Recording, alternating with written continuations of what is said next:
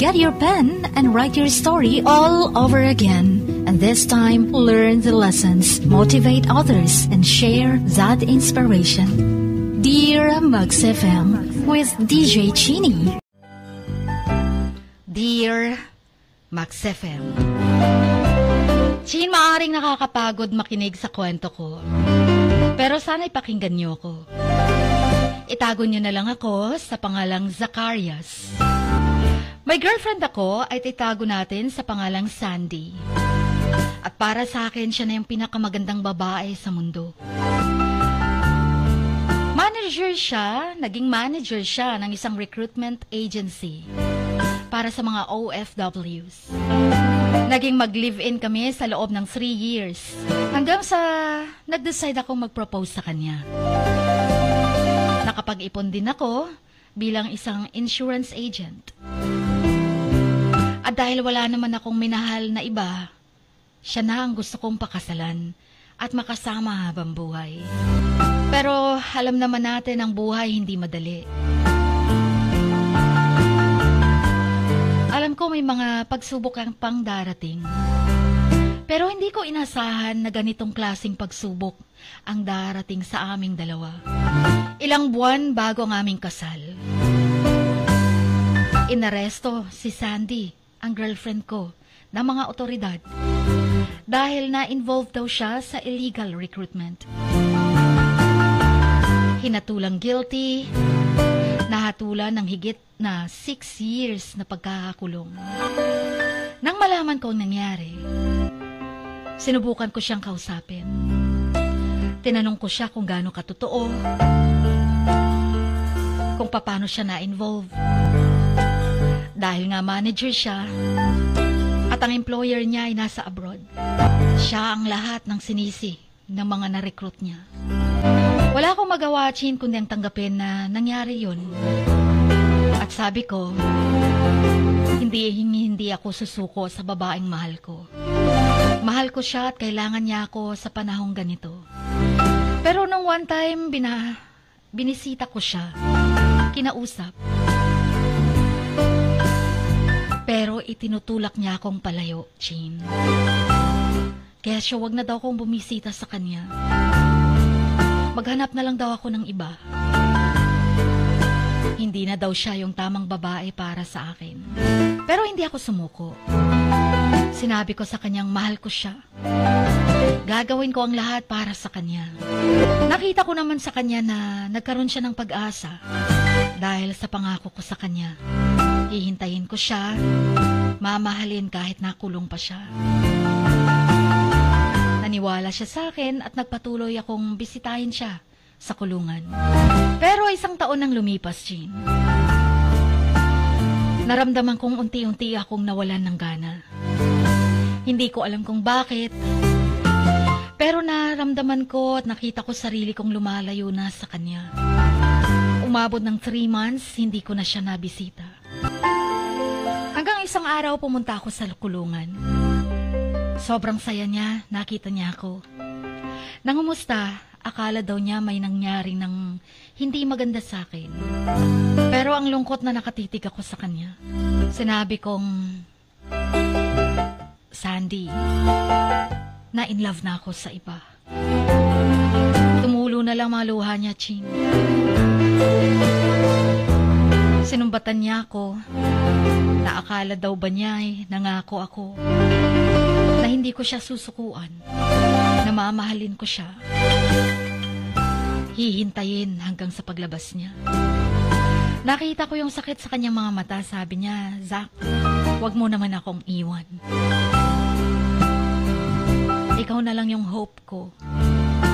Pakiusap niya. Nakaramdam ako ng guilt at confusion na rin at the same time. Naiisip ko, mahal ko pa ba siya? O mahal ko lang dahil ang dami naming mga memories together. At na-compromise na ako dahil nakapamanhikan na ako, engaged na ako sa kanya. Pero tumayo ako, umalis. Iniwan siyang umiiyak. Hindi ko alam kung makakaya ko pang bumalik sa kanya. Natatakot din ako na Mawalan siya ng pag-asa sa mundo at baka kung anong gawin niya pa sa loob ng kulungan. Chin, nakilala ko kasi si Mia. Isang magandang babaeng nagtatrabaho din sa opisina namin. Siguro dahil namimiss kong girlfriend ko at lagi kaming magkasama. Siya yung pumuno sa pagkukulang na yun. Hanggang nakita ko na lang sarili kong na-fall in love na sa kanya. Hindi ko napigilan, naging kami. Pero hindi ko sinabi sa kanya ang totoo. Hindi ko sinabi sa kanya na may girlfriend ako na nakakulong ngayon. At engaged na kami. Hindi ko siya kayang iwan. Pero naguguluhan ako kung paano na si Sandy. Hindi ko alam kung anong gagawin ko. Hindi ko naman sinasadya. Kung tatanungin ko ang sarili ko kung mahal ko ba talaga si Mia, oo na oo. Higit pa sa pagmamahal ko kay Sandy, yun ang nararamdaman ko. Pero naguguluhan din ako baka ginagamit ko lang din siya para takasan ang problema ko kay Sandy. Dahil wala si Sandy, siya ang pumalit. Sa kabilang banda, si Mia handang gawin ang lahat para sa akin. Nagkasakit na ako at lahat siya yung nag-alaga sa akin. Nag-leave siya, nilutuan ako, pinaliguan ako. Doon ko nakita ang pagmamahal niya sa akin na hindi nagawa ni Miss Sandy nung 3 years kaming mag-live-in. Never siyang mag-leave sa trabaho kapag may sakit ako. Kaya nakikita ko si Mia, yung sarili ko, na kayang gawin ang lahat para sa minamahal. Pero pangako ko kay Sandy na hindi ko siya iiwan. Nahihintayin ko siya sa paglabas niya. Pero ganun ba talaga katagal? 5 taon pa ang aantayin ko. Alam ko hindi pa tapos ang kwento namin ni Sandy. Pero Chin, gusto ko nang tapusin yun. Gusto kong magsimula ng bagong chapter ng kwento kasama si Mia. Ready na akong magpakasal. Ready na akong bumuo ng pamilya. At hindi ko na kayang hintayin pa ang 5 long years sa paglabas ni Sandy. Please paiwan niyo ako. Tama ba ang gagawin kong pag-iwan kay Sandy? At mag-settle down with Mia? Sobra bang malupit ako? At napaka-bad ko as a person kapag iwan ko siya dahil nakakulong siya? Ayoko siyang iwan, Chin. Pero hindi ko sinasadyang mapamahal ako kay Mia at si Mia sa akin.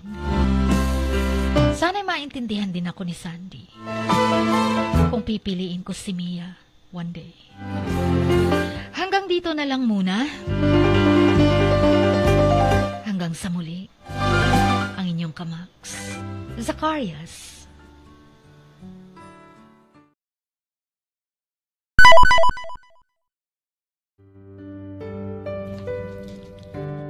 Sa bawat pagluha mo, may nakatagong kwento. Sa bawat ngiti mo, may gustong sabihin ang puso mo. At sa likod ng iyong halakak at maging sa pagkabiko mo, may mensaheng nakabalot sa iyong pagkatao. At ang tanging nais mo lamang ay mapakinggan ang mga ito ng buong mundo. Dear Max FM with DJ Chini. Life has got all those twists and turns. Stand up for what you believe in. What lies behind you and what lies in front of you pales in comparison to what lies inside of you. Dear Max FM with DJ Chini. Sabi nga nila, ang pagsusulat kapag masyado mong diniinan hanggang sa susunod na pahina ay nagmamarka.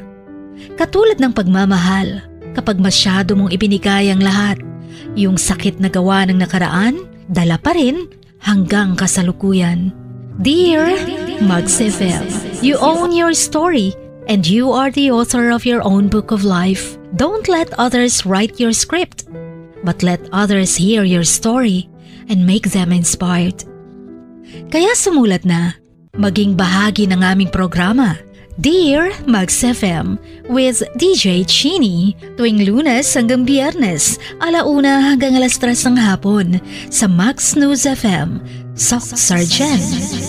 Love, life, and lessons from the past only at Dear Max FM with DJ Chini.